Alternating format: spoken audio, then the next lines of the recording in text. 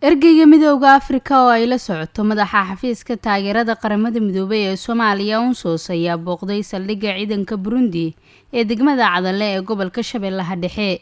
Kiraabo oo ah madax ka ah UNSOS ayaa ku bogaadisay askarta Burundi shaqada nafurka ah ay ka qabteen dalka intii ay joogeen oo xasilooni iyo nabad ay ku soo celiyeen degmada Cadala.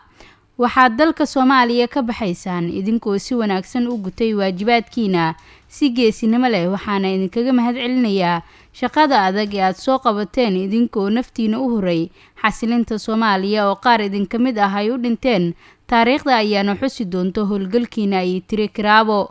Maxamed Amiin Suuf madaxa ADMIS ahna ergeyga midowga Afrika ayaa sheegay in saldhigga Cadale ay ciidanka Burundi ku wareejinayaan kuwa dawladda Soomaaliya ka hor inta bishan dalka aysan ka bixin. wuxuu intaasi ku daray in 2,000 oo askari bisha Juun dhamaadkeeda laga qaadayo Soomaaliya iyadoo dhowr bilood kadibna 3,000 oo kale ay ka baxayaan dalka.